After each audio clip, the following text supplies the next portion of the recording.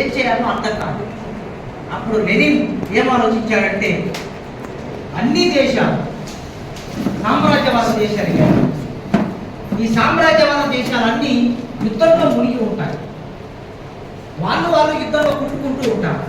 అప్పుడు మనం ఏం చేయాలంటే దీన్ని ప్రజాయుద్ధంగా మలిసి మనం ఈ దేశంలో ఉన్న భూస్వామ్యాన్ని కూడదోయాలి, పెట్టుబడిదారి వర్గాన్ని కూడదోయాలి అని ఒక యుద్ధ ఎత్తుగడ మొదలుపెట్టాడు.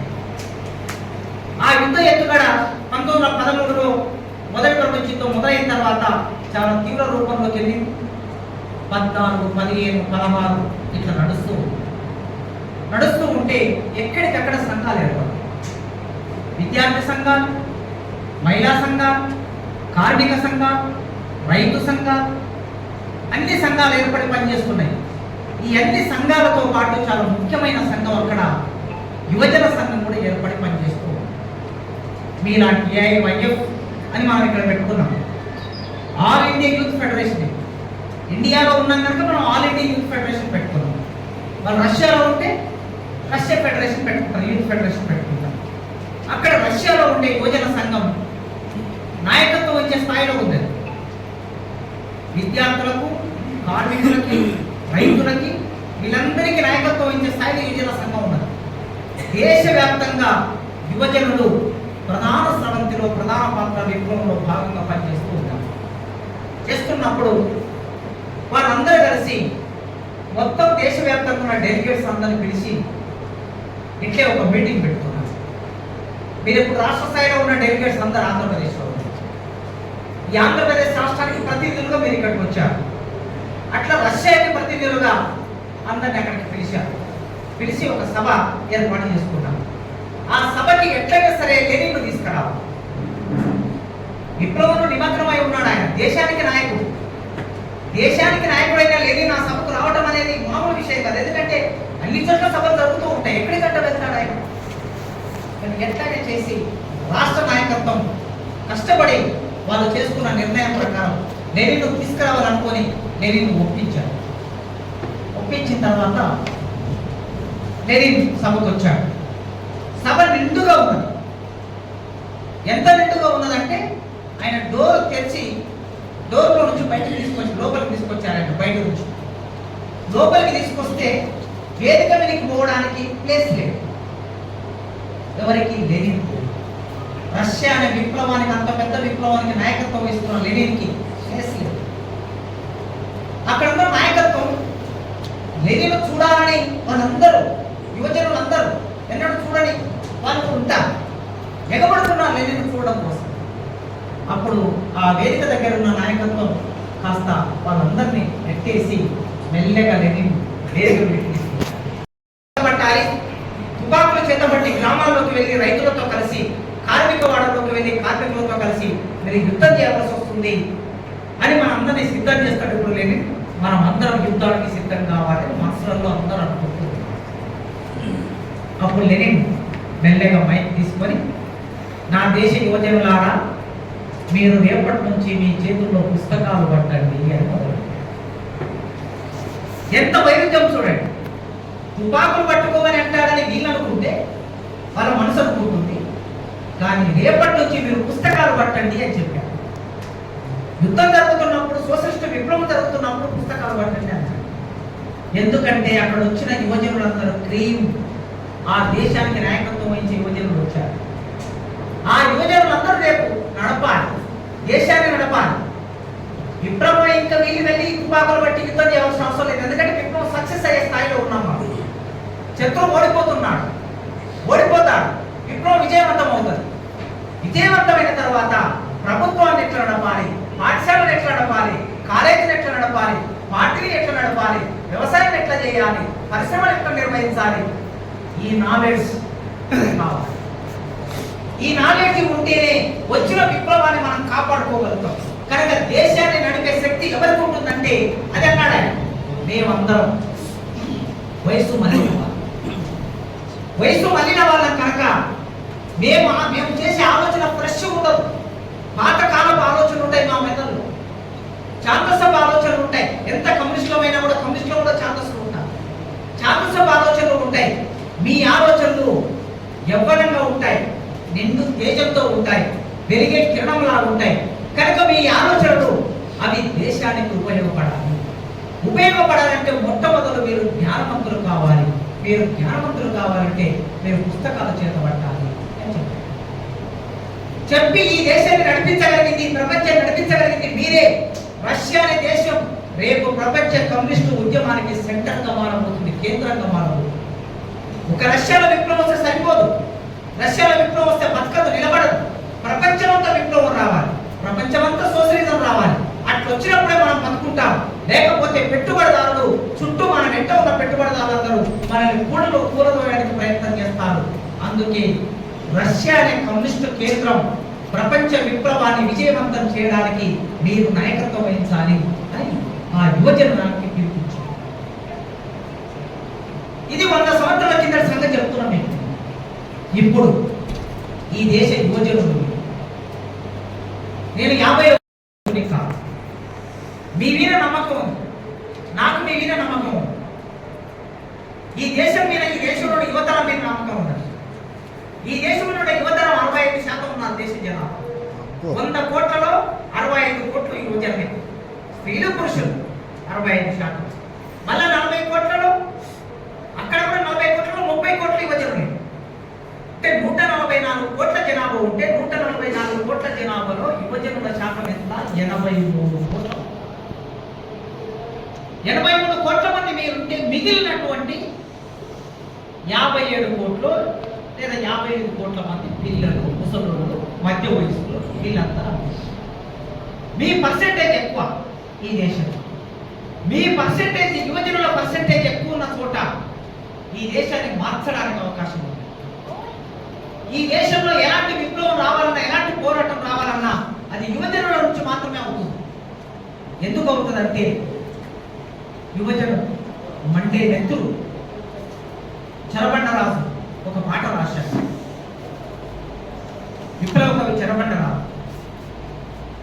యువతరమా నవతరమా ఇదే అతను కదిలి రమ్ము, యువతరమా నవతరమా ఇదే అతను కదిలి రమ్ము, నీ యవ్వన తేజంతో ప్రజా పోరు నడవాలి, నీ యవ్వన తేజంతో ప్రజా పోరు నడవాలి. చెరబండరాజు 60 ఏళ్ళు 70 ఏళ్ళు నిలిన వాళ్ళని రమ్ము రమ్ము రా రమ్ము అనలే. వాళ్ళు రాలేరు, రమ్మన్నప్పుడు వాళ్ళు ఆలోచన చేస్తారు, రాస్తారు, మీకు అనుభవాలు ఇస్తారు. కానీ రావాల్సింది యువతరమా నవతరమా రమ్ము రమ్ము రా రమ్ము, నీ యవ్వన తేజంతో ప్రజా పోరు నడవాలి. ఈ దేశాన్ని కళ్ళు నీవే కాళ్ళు నీవే, ఈ దేశం చూడాలంటే కళ్ళు నీవే, ఈ దేశం నడవాలంటే కాళ్ళు నీవే. నీ రక్తం పుష్పించగా ఈ దేశం ఫలించాలి, నీ రక్తం పుష్పించగా ఈ దేశం ఫలించాలి.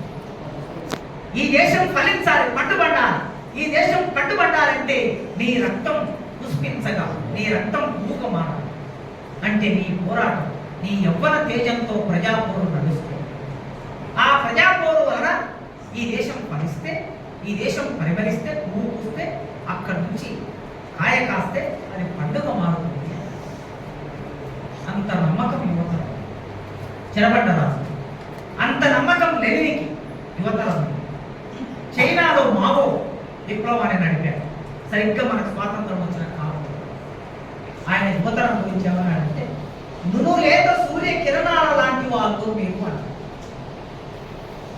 నునులేత సూర్య కిరణాలు ఏం చేస్తాయి? అప్పటి వరకు ఉన్న చీకటిని పారదోడుతాయి. సూర్యుడు ఉదయించగానే ఆ సూర్యకిరణాలు చీకటిని పారదోలుకుంటూ వెళ్తూ ఉంటాయి. యువతరం ఏం చేయాలంటే ఈ దేశంలో వ్యాపించి ఉన్న చీకటి, అన్యాయం, దుర్మార్గం, దోపిడీ, అక్రమం, అత్యాచారాలు, అంటరానితనం, అసమానతలు, వీటన్నిటిని రూపుమాపే సూర్యుడు లాంటి వాళ్ళు మీరు అన్నారు. అట్లాంటి సూర్యుడు లాంటి శక్తి ఉన్నటువంటి వాళ్ళు ఈ దేశంలో సమసమాజాన్ని నిర్మాణం చేయడానికి పనిచేయాలని మావో పిలిపించాడు. అక్కడ విప్లవం సక్సెస్ అయింది, రష్యాలో విప్లవం సక్సెస్ అయింది, చైనాలో విప్లవం వచ్చింది. ఇండియాలో చెరబండరాజు అడిగాడు, భగత్ సింగ్ మీలాంటి వయసు, మీ అంత వయసు 24 ఏళ్లలో ఒక యువకుడిగా ఉరికంబాన్ని ముద్దాడి, తెల్ల దొరలు పోయి నల్ల దొరలు వస్తే ఆ స్వాతంత్రం ఒట్టి పుట్టకం తెల్ల దొరలు పోయి నల్ల దొరలు వస్తే ఆ స్వాతంత్రం కొట్టి బూటకం అన్నాడు. నిజంగా 75 ఏళ్ల తర్వాత భగత్ సింగ్ చెప్పిన మాట ఎంత సత్యమో చూడండి. తెల్ల దొరలు పోయారు, నల్ల దొరలు వచ్చారు. ఈ దేశ ప్రజలకి ఏమొరిగింది, పేదలకి ఏమొరిగింది, విద్యార్థులకి ఏమొరిగింది, యువజనులకి ఏమొరిగింది అని చూస్తే మళ్ళీ మనం ఇవాళ దోపిడీ వ్యతిరేకంగా పోరాడుతున్నాం, మాట్లాడుతున్నాం, సంవాదాలు నడుపుతున్నాం.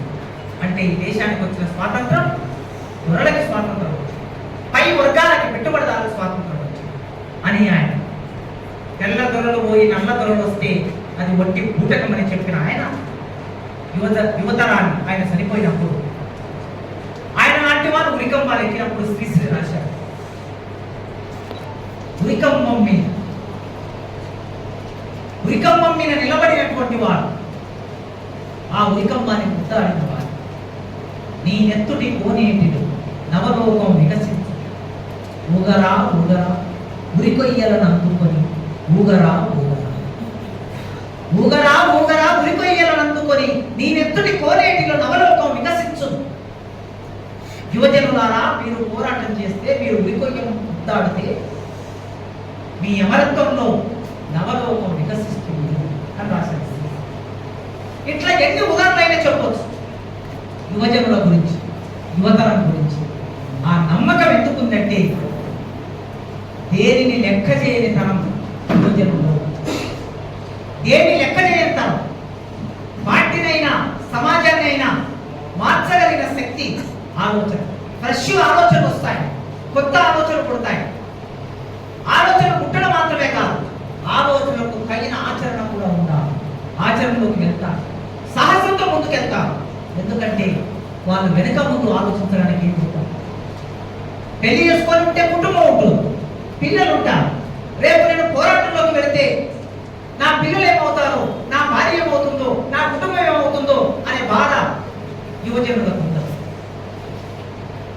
తాము త్యాగం చేయడానికి వెనక ముందు ఏమి అడ్డు రాకుండా త్యాగం చేయడానికి ముందుకు వెళ్తారు కనుక ఆచరణ కూడా వాళ్ళు స్పష్టమైన అవగాహనతో ముందుకు వెళ్ళగలుగుతారు. ఆలోచన ఫ్రెష్ ఉంటుంది, నూతన ఉత్తేజంగా ఉంటుంది, ఆచరణ కూడా కొత్తగా ఉంటుంది. ఆ కొత్త ఆచరణ ముందుకు నడిపిస్తుంది. త్యాగం చేయడానికి సిద్ధపడతారు, చావడానికైనా చంపడానికైనా సిద్ధపడే లక్ష్యం యువజనులకు. ఈ 3 లక్షణాలు ఉండటం మూలంగా ఈ ప్రపంచాన్ని మార్చగలిగిన శక్తిమంతులు యువజనులు అనే ఆశయం ప్రతి ఒక్కరు వ్యక్తం చేశారు. సరిగ్గా ఇవాళ ఏఐవైఎఫ్ అనే సంఘం క్లాసు జరుగుతుంది, అధ్యయనం జరుగుతుంది. లెనిన్ అన్నట్లు మీరు పుస్తకాలు పట్టుకోండి అని అంటే మన ఆలోచన విధానాన్ని మార్చుకోవడానికి, ఎప్పటికప్పుడు ఆలోచన విధానాన్ని మార్చుకొని కొత్త ఆలోచన పురోగతి చేసుకొని సమాజంలో ముందుకెళ్ళడానికి ఈ తరగతులు ఉపయోగపడతాయి. మన మెదడులోకి ఎప్పుడు రకరకాల పద్ధతుల్లో కుళ్ళు వచ్చి పడుతూ ఉంటుంది. ఈ మెదడంతా కుళ్ళుతో నిండి ఉంటుంది. మనం అనుకుంటాం మన శరీరాన్ని బాగా జాగ్రత్తగా శుభ్రం చేసుకుంటాం, బ్రష్ చేసుకుంటాం, స్నానం చేస్తాం, మంచి ఇస్త్రీ చేసిన బట్టలు వేసుకుంటాం, శరీరాన్ని శుభ్రంగా ఉంచుకోవడానికి ప్రయత్నం చేస్తాం. మరి మెదడును శుభ్రంగా ఉంచుకోవడానికి ప్రయత్నం చేస్తున్నాం. మన శరీరం మీద దుమ్ము పడినట్టు, శరీరంలో చెమట వచ్చినట్లు మెదడులోకి కూడా దుమ్ము వస్తుంది. మనకు తెలియకుండా టీవీల ద్వారా దుమ్ము వస్తుంది, సినిమాల ద్వారా దుమ్ము వస్తుంది, పత్రికల ద్వారా దుమ్ము వస్తుంది, సెల్ ఫోన్ ద్వారా దుమ్ము వస్తుంది, కంప్యూటర్ ద్వారా దుమ్ము వస్తుంది. ఈ దుమ్ము అంతా మన మెదడులోకి పోతూ ఉంటుంది. ఇదంతా మనకి అవసరం లేని అనవసరమైన సమాచారాన్ని మెదడులోకి దట్టిస్తూ ఉంటాం. మరి ఇట్లా దట్టించినప్పుడు మనదైన ఆలోచన విధానంతో మనం సరిగ్గా ముందుకెళ్ళాలంటే ఎప్పుడు ఈ మెదడును ఫ్రెష్ చేసుకుంటూ ఉండాలి. లేకపోతే తప్పుదారిలో చుట్టుకొని పోతాం. అవలక్షణాలు మనల్ని వెంటాడుతూ ఉంటాయి. ఈ అవలక్షణాలు మనం ఎక్కడికైనా తీసుకెళ్ళొచ్చు మనం. అందుకోసమే ఈ మెదడును ఫ్రెష్ ఉంచుకోవడానికి, మన ఆలోచనలు ఫ్రెష్ ఉంచుకోవడానికి, మనం ప్రజల కోసం కట్టుబడి పనిచేయడానికి ఈ అధ్యయన తరగతులు ఉపయోగపడుతుంది. అందుకే ఆయన పుస్తకాలను చేతబట్టండి అని ఆ లెనిన్ అన్న మాట యొక్క అర్థం. ఇప్పుడు ఈ నేపథ్యంలో భారతదేశం ఎట్లా ఉన్నది? 60 ఆశ్చర్యానికి గురవుతాం. నేను రోజు చూస్తూ ఉన్నాను, రోజు చదువుతూ ఉన్నాను. ఎవరెవరు ఏం మాట్లాడుతున్నారు, ఎవరెవరి విధానాలు ఏముంటున్నాయి, ఏ విధానాలు ఎవరికి ఉపయోగపడతాయి, సామాన్యులకి, పేద ప్రజలకి, మధ్యతరగతి ప్రజలకి, ఈ దేశంలో ప్రభుత్వ విధానాలు ఏమైనా ఉపయోగపడుతున్నాయా, ప్రభుత్వ విధానాలు వారిని ముందుకు నడిపించడానికి సహాయపడుతున్నాయని ఆలోచించి చూస్తే దేశాన్ని తిరోగమనంలో నడిపిస్తుంది. గత 10 సంవత్సరాలుగా ఈ దేశం తిరోగమనంలో నడుస్తూ ఉన్నది. గత 10 సంవత్సరాలు ఈ దేశాన్ని పరిపాలిస్తున్న ఒక మతానికి సంబంధించిన పార్టీ, ఆ మతానికి సంబంధించిన నాయకులు ఈ దేశాన్ని వెనక్కి నడిపిస్తూ ఉన్నారు. ఈ వెనక్కి నడిపించే ఈ క్రమం యువజనుల మీద విస్తారమైన ప్రభావం, విశేషమైన ప్రభావం పడుతూ ఉన్నారు. నేను యూనివర్సిటీలో పనిచేసే ఒక ప్రొఫెసర్గా రోజు కొన్ని వందల మందితో మాట్లాడుతూ ఉంటాను. నేను నా సబ్జెక్టు పిల్లలు ఉంటారు, వేరే సబ్జెక్టు పిల్లలు ఉంటారు, లేదా వేరే వేరే ప్రాంతాల నుంచి నన్ను కలవడానికి వచ్చిన వాళ్ళు ఉంటారు. కనీసం రోజు ఒక 20 మందిని కలుస్తూ ఉంటాం బయట నుంచి వచ్చే వాళ్ళు. నా విద్యార్థులు కాకుండా, యూనివర్సిటీ విద్యార్థులు కాకుండా బయట జిల్లాల నుంచి వచ్చే, రాష్ట్రాల నుంచి వచ్చి ఒక 20 మందిని కలుస్తూ ఉంటాం. ఇంతమంది ఆలోచనలు పరిశీలించి చూస్తే దగ్గరగా ఈ ఆలోచనలన్నీ తిరోగమనంలో ఉన్నాయి. రోజు రోజుకు తిరోగమనంలోకి తీసుకెళ్తూ ఉన్నారు సమాజాన్ని. మరి తిరోగమనంలోకి వాళ్ళు తీసుకొని వెళ్తూ ఉంటే మనం ఏం చేయాలి? తప్పనిసరిగా మనం దీన్ని పురోగమనంలోకి తీసుకెళ్ళాలి, ముందుకు నడిపించాలి సమాజం. సమాజం ఎప్పుడైనా ముందుకు వెళ్ళాలి తప్ప వెనక్కి వెళ్ళకూడదు. వెనక్కి వెళ్ళిందంటే దాన్ని ముందుకు తీసుకెళ్ళడానికి చాలా సాహసం చేయవలసి వస్తుంది, చాలా కష్టపడవలసి వస్తుంది. ఈ సమాజం ఈ స్థాయిలో ఉండడానికి మన ముందు తరాలు ఎంతో మంది తమ విలువైన ప్రాణాలను త్యాగం చేశారు. తమ విలువైన సమయాన్ని, తమ విలువైన ఆస్తులను, తమ విలువైన కాలాన్ని త్యాగం చేశారు. త్యాగం చేసి వాళ్ళు ఎంతో దూరం తీసుకొచ్చారు. ఒక కార్ల్ మార్క్స్, ఒక లెనిన్, ఒక మావో, ఒక ఎంగెల్స్, ఒక అంబేద్కర్, ఒక భగత్ సింగ్, ఒక పూలే, అల్లూరి సీతారామరాజు, దొడ్డి కొమరయ్య, కొమరం భీము, చాకలైలమ్మ, ఇట్లా ఎంతమంది పేర్లైనా చెప్పవచ్చు. వీళ్ళందరూ తమ అమూల్యమైన ప్రాణాలను త్యాగం చేసి ఈ సమాజాన్ని ముందుకు నడిపించే ప్రయత్నం చేశారు. అయితే అప్పుడప్పుడు ఈ సమాజంలో 2 వర్గాల మధ్యన ఘర్షణ నడుస్తూ ఉంటుంది, 2 సంస్కృతుల మధ్యన ఘర్షణ నడుస్తూ ఉంటుంది. ఒకటి ఆధిపత్య సంస్కృతి, 2 ప్రజా సంస్కృతి. ఈ ఆధిపత్య సంస్కృతి కలిగినటువంటి వాళ్ళు ఎప్పటికీ మనల్ని ఆ సాంస్కృతిక సాధనాల ద్వారా అణిచివేయడానికి ప్రయత్నం చేస్తుంది. సాంస్కృతిక సాధనాల ద్వారా మనల్ని వెనక్కి నడిపించడానికి, మత్తులో ఉంచడానికి ప్రయత్నం చేస్తాం. మరి మనం ప్రజా సంస్కృతి నుంచి వచ్చిన వాళ్ళం, ప్రజల నుంచి వచ్చిన వాళ్ళం, ఉత్పత్తి కులాలు, ఉత్పత్తి వర్గాలు, కార్మికుల పిల్లలు, రైతుల పిల్లలు, కూలీల పిల్లలు వచ్చినటువంటి మనం ఈ సమాజాన్ని ముందుకు నడిపించే ఒక సాంస్కృతిక జీవన విధానంలో భాగంగా ఉన్నాం. ఈ భారతదేశంలో ఈ దేశాన్ని పరిపాలించే నాయకత్వం సంస్కృతి అనే పేరు మీద, భారతీయత అనే పేరు మీద, భారతీయ సంస్కృతి అనే పేరు మీద మనల్ని మత్తులో ఉంచుకుంటుంది. దానికి కావలసిన సాధనాలు వాళ్ళకి రెడీమేడ్గా తయారై వస్తుంది. ఒకసారి వినాయక చవితి వస్తుంది, ఒకసారి బతుకమ్మ పండుగ వస్తుంది, ఒకసారి దసరా పండుగ వస్తుంది, ఒకసారి ఉగాది పండుగ వస్తుంది, మరోసారి దుర్గాష్టమి వస్తుంది. ప్రతి నెలకి, ప్రతి 15 రోజులకి ఏదో ఒక సందర్భంలో భిన్న రూపాల్లో వాళ్ళకి పండుగలు రెడీమేడ్గా వాళ్ళ చేతుల్లోకి వస్తాయి. ఆ పండుగల ద్వారా వాళ్ళ కల్చర్ను ఈ సమాజం మీద, యువతరం మీద ప్రభావం వేసి యువతరం అంతా వాళ్ళ చేతుల్లోకి తీసుకుంటున్నారు. ఒకసారి అయ్యప్ప మాల వస్తుంది, ఒకసారి హనుమాన్ మాల వస్తుంది, ఒకసారి శివమాల వస్తుంది. వీళ్ళందరూ యువతరం ఏం ఆలోచించాలి? ఈ దేశంలో ఇవాళ పేపర్ మీరు చూసి ఉంటే జీడిపి చాలా పెరిగిందట, 5% జీడిపి పోయి జపాన్ అనే దేశాన్ని కలదాన్ని మనం 3వ స్థాయిలోకి వెళ్ళిపోతాం. భారతదేశం 3వ స్థాయిలోకి వెళ్ళిపోతుంది. మరి 3వ స్థాయిలోకి వెళ్ళిపోయే భారతదేశంలో జస్ట్ మనం ఈ రోడ్డు దిగి ఈ కాలువ పక్కకి పోతే ఈ కాలువ నుంచి కాలువ పక్కన ఎన్ని గుడిసెలు ఉంటాయి. ఈ గుడిసెలలో మనుషుల జీవితం. ట్రాఫిక్ సిగ్నల్ దగ్గరికి వెళ్తే అన్నం కోసం, 1 రూపాయి కోసం ఎంతమంది నిలబడి ఉంటారు ఈ దేశంలో? ఎన్ని లక్షల మంది ఉన్నారు. ఇట్లా చూస్తే కాలుకు చెప్పులు లేక, కట్టుకోవడానికి బట్ట లేక, తినడానికి తిండి లేక, చేయడానికి పని లేక, సరైన చదువు లేక, చదివిన చదువు ఉద్యోగం రాక ఎంతమంది రోడ్ల మీద ఉన్నారు. ఇంత స్థితి ఉండగా ఈ దేశము 3వ స్థాయికి ఎట్లా వెళ్తుంది? 3వ స్థాయికి వెళ్ళటం అంటే అదానీ, అంబానీ సంపాదించుకున్న డబ్బు వలన మాత్రం 3వ స్థాయికి వెళ్తుంది.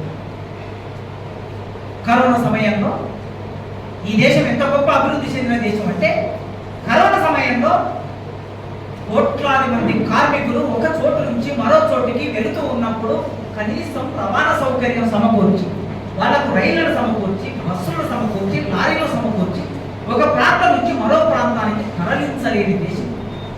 తరలించలేక పాపం నడుస్తూ కిలోమీటర్లు నడుస్తూ అలసట వచ్చి అలసిపోయి ఎక్కడో రైలు పట్టాల మీద పడుకుంటే అర్ధరాత్రి పూట ఆదమర్చి నిద్రపోతే రైలు వచ్చి వాళ్ళ శరీరాల మీద పోతే ముక్కలైన శరీరం. ఇది భారతదేశం. 50 కిలోమీటర్లు, 60 కిలోమీటర్లు, 100 కిలోమీటర్లు పిల్లలు ఎత్తుకొని సామాన్ ఎత్తుకొని నడుస్తూ ఉంటే పాదాలు పగిలిపోయి పాదం నుంచి రక్తం స్రవిస్తూ ఈ రోడ్లన్నీ, భారతదేశ రోడ్లన్నీ రక్తమైనవి. ఇది దేశం. ఈ ప్రభుత్వమే మొన్న ఎన్నికల మేనిఫెస్టో పెట్టింది, మీరు చూశారు. ఈ దేశాన్ని 10 ఏళ్ళు పరిపాలించిన వాళ్ళు ఎన్నికల మేనిఫెస్టోలో ఏం పెట్టారంటే, మేము 80 కోట్ల మందికి నిత్యావసర సరుకులు సప్లై చేస్తున్నాం.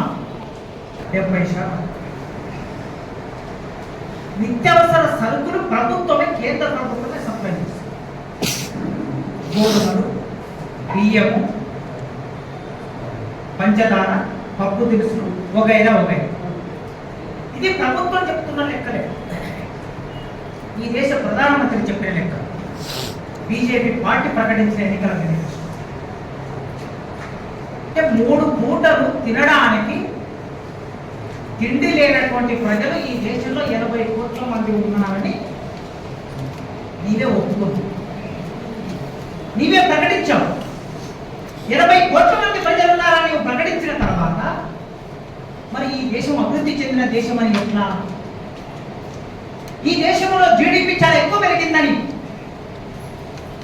3వ స్థానంలోకి ఈ దేశం వెళ్ళబోతుందని ఒప్పుకోవడం ఎట్లా? మీరెక్కడో నిజమెంత? మనం ఇట్లా ఆలోచించుకుంటూ పోతే వాస్తవంగా భారతదేశంలో ఉన్న పరిస్థితి ఏంటో బట్టబయలు. ఈ ఆర్థిక వ్యవస్థ ఏంటో బట్టబయలు. ఈ ఆర్థిక వ్యవస్థ ఇది కేవలం బెలూన్, గాలి నిండుతుంది బెలూన్. ఈ గాలి నిండిన బెలూన్ ఒక చిన్న పిన్నుతో దానికి చిన్న రంధ్ర చేస్తే గాలి అంతా ఎగిరిపోతుంది. కనుక భారతదేశంలో ఆర్థిక వ్యవస్థ అంటే పేదలను పట్టించుకొని, మధ్యతరగతి జీవులను పట్టించుకొని, కార్మికులను, రైతులను పట్టించుకొని, సంవత్సర కాలం రైతులు ఢిల్లీ నడివీధుల్లో పోరాటం చేశారు. చలికి ఒరుగుతూ ఎందరో రైతులు హర్యానా, పంజాబ్, బీహార్, ఉత్తరప్రదేశ్ రాష్ట్రాల నుంచి వచ్చిన రైతులు సంవత్సర కాలం పోరాటం చేశారు. ఏమని? మద్దతు ధర కావాలి, తాము పండించిన పంటకి మద్దతు ధర కావాలని పోరాటం చేశారు. రైతులకి కనీసం మద్దతు ధర ఇవ్వలేని దేశం, పేదవాళ్ళు లేకుండా పేదవాళ్ళకి కావాల్సిన అవసరాలు తీర్చలేని దేశం, నిరుద్యోగులకు ఉద్యోగాలు ఇవ్వలేని దేశం. ఈ దేశంలో జీవిస్తున్న మనం ఈ దేశానికి నాయకత్వం వహించి నడిపించడానికి, ఈ సమస్యలన్నీ పరిష్కారం కావడానికి పోరాటం చేయవలసింది పోయి పోరాటం చేస్తారని ఆ ప్రభుత్వాలు, పాలక వర్గాలు అనుకొని ఈ యువతరాన్నంతా మత్తులో ముంచుతూ మాట్లాడితే ఏమంటారు? భారతీయత, భారతీయులము, భారతీయ సంస్కృతి. ఈ మాటలు పదే పదే ఇవాళ మోడీ గారి స్టేట్మెంట్ చూస్తే మీరు కాంగ్రెస్ పార్టీకి దేశభక్తి లేదు అని ఇచ్చాడు. కాంగ్రెస్ పార్టీకి దేశభక్తి లేదు. ఎన్నికల సందర్భంలో చూసాం మనం, ఎన్నికల ప్రచారం. మీరు వీళ్ళకు ఓట్లేస్తే, వీళ్ళు గెలిస్తే మీ భార్యల మెడల్లో ఉన్న మంగళసూత్రాలు లాక్కొని పోతారు అని మాట్లాడే దేశ ప్రధానమంత్రి. నేను 30 ఏళ్ళ నుంచి రాజకీయాలు పరిశీలిస్తున్న దగ్గర ఈ 30 ఏళ్ల కాలంలో చాలా మంది ప్రధానమంత్రులు మారారు. ఏ ప్రధానమంత్రి ఇంత తక్కువ స్థాయికి వెళ్ళి మాట్లాడిన ప్రధానమంత్రిని నేను చూడాలి.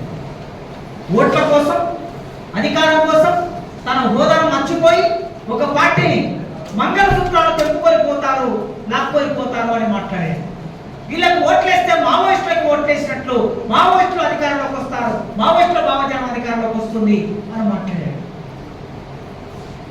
ఇవాళ ఆయన కాంగ్రెస్ పార్టీకి దేశభక్తి లేదు, దేశభక్తులు కాంగ్రెస్ పార్టీలో ఎవరు లేరు అని మాట్లాడారు. దీని అర్థం కాంగ్రెస్ పార్టీ, కమ్యూనిస్ట్ పార్టీ, ఇతరత్ర ప్రతిపక్ష పార్టీలు అన్నింటినీ కూడా ఆ పార్టీలకు సంబంధించిన జీవితాన్ని, వాటి ఆచరణని ఏమాత్రం పట్టించుకోకుండా తక్కువ స్థాయిలో మాట్లాడే ఒక పద్ధతిని భారతదేశంలో ఒక ప్రధానమంత్రి కొనసాగిస్తుంటే మిగతా వాళ్ళు ఎన్ని రూపాల్లో ఎంత ప్రచారం చేసుకుంటారో ఒకసారి ఆలోచించారు. ఆ వర్గాలకి అంటే పై వర్గాలకు సంబంధించిన ఇంకోసారి రజాకార్ అనే సినిమా తీస్తారు. ఈ అన్ని సినిమాల ద్వారా ఒక తప్పుడు చరిత్రని, లేని చరిత్రని క్రియేట్ చేసి ఆ చరిత్ర ద్వారా ఈ యువతరాన్ని తప్పుదారి పట్టిస్తూ ఉంటారు. పోరాటాల్లోకి రావాల్సిన యువతరం, ఉద్యమాలు చేయవలసిన యువతరం, ప్రశ్నించవలసిన యువతరం, వీటన్నిటిలో ఈ మత్తులో కూరుకుపోయి భారతీయత అనే సంస్కృతిలో కొట్టుమిట్టాడే స్థితిలోకి నెట్టేస్తారు. ఏమిటి సంస్కృతి అసలు? ఎవరి సంస్కృతి? భారతీయ సంస్కృతి అంటే ఎవరి సంస్కృతి? సంస్కృతి అంటే ఏమిటి? మనిషి పుట్టినప్పటి నుంచి మరణించే వరకు ఒక మనిషి జీవితంలో ఆచరించే విధానం అంతా సంస్కృతి. పుట్టుక నుంచి చావు వరకు మానవ జీవితంలో ఉన్న ప్రతి ఒక్కటి సంస్కృతిలో భాగం. మరి మనుషులందరి సంస్కృతి, మానవ జీవితం ఒకేలాగా ఉందా భారతదేశంలో? భిన్నమైన మనుషులు, భిన్నమైన జీవన విధానం, భిన్నమైన ఆచారం, భిన్నమైన సంప్రదాయాలు. ఈ దేశంలో ఒక్కొక్క తెగకి ఒక్కొక్క సంస్కృతి ఉంది. మీరు ఆదివాసుల దగ్గరికి వెళ్తే ఆదివాసులకు ఒక సంస్కృతి ఉంటుంది, వంజాల దగ్గరికి వెళ్తే ఒక సంస్కృతి ఉంటుంది, దళితుల దగ్గరికి వెళ్తే ఒక సంస్కృతి ఉంటుంది, బీసీలకు కొన్ని నమ్మకాలు ఉంటాయి, అగ్రకులాలకి కొన్ని నమ్మకాలు ఉంటాయి. బ్రాహ్మణులు తినే తిండి వేరే కులాలు తినవు. బ్రాహ్మణులు ఎక్కువ వెజిటేరియన్స్. మరి భారతదేశంలో ఉన్న ప్రజలంతా వెజిటేరియన్సా? కాదు. ఒక్కొక్క కులానికి ఒక్కొక్క పూజా విధానం ఉంటుంది, పెళ్లి విధానం ఉంటుంది.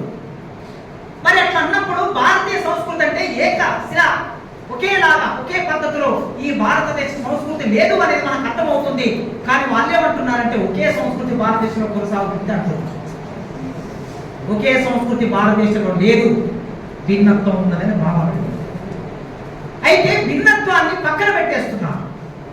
తినే తిండి దేశంలో అందరూ ఒకే తిండి తినాలి, ఒకే బట్ట కట్టాలి, ఒకే ఆచారాన్ని కలిగి ఉండాలి, ఒకే విశ్వాసాన్ని కలిగి ఉండాలి.